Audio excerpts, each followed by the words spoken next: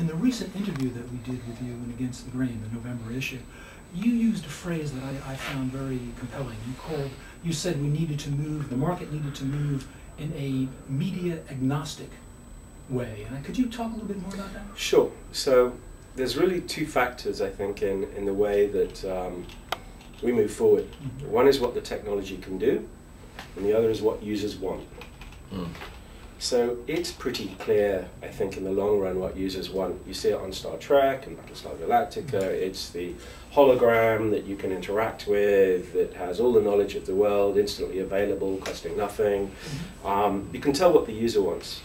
As far as the technology is concerned, mm-hmm. there's no reason anymore why text or video or audio or data sets or anything should actually be held back. Mm-hmm. Mm-hmm. So for me, media agnostic is just a natural acknowledgement that people are going to want the medium that suits what they're trying to study.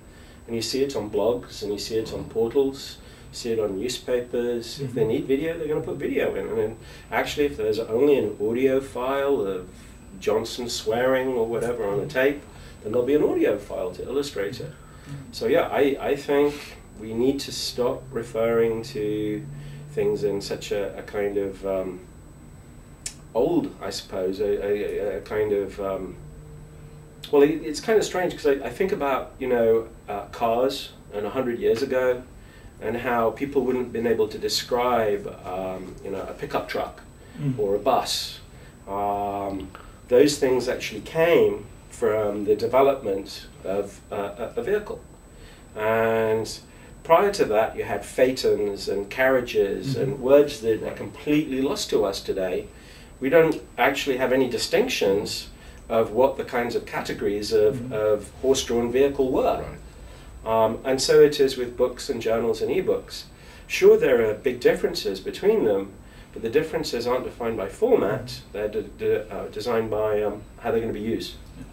Yeah. Patrons really don't care about format. They, right. they just want the information. Yeah. Yeah. There was something else that had you seen any evidence that libraries are getting that message that their collections need to be more media agnostic? Sure, we're growing. We're having an interview here on video. Yes. I think that the students are telling us, and even the more curmudgeonly professors, I think, are beginning to see the value. And if you think about it, they've lectured for their entire career. Mm-hmm. And if they didn't feel that oral discourse in front of an audience wasn't a good way of communicating academic information, why would they have lectured all those years? Also, it's interesting how the multimedia approach adds so much more texture to instruction.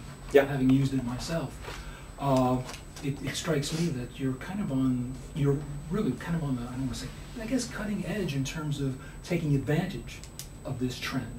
Is that something that you planned? I wish I could say yes. Yeah, we're very lucky, I think. We work in an industry where people say what they want. And so Doug Farrelly at Arizona, actually after a plenary session where I started talking about video a few years back, came up and said, it's great, you see it, you understand this.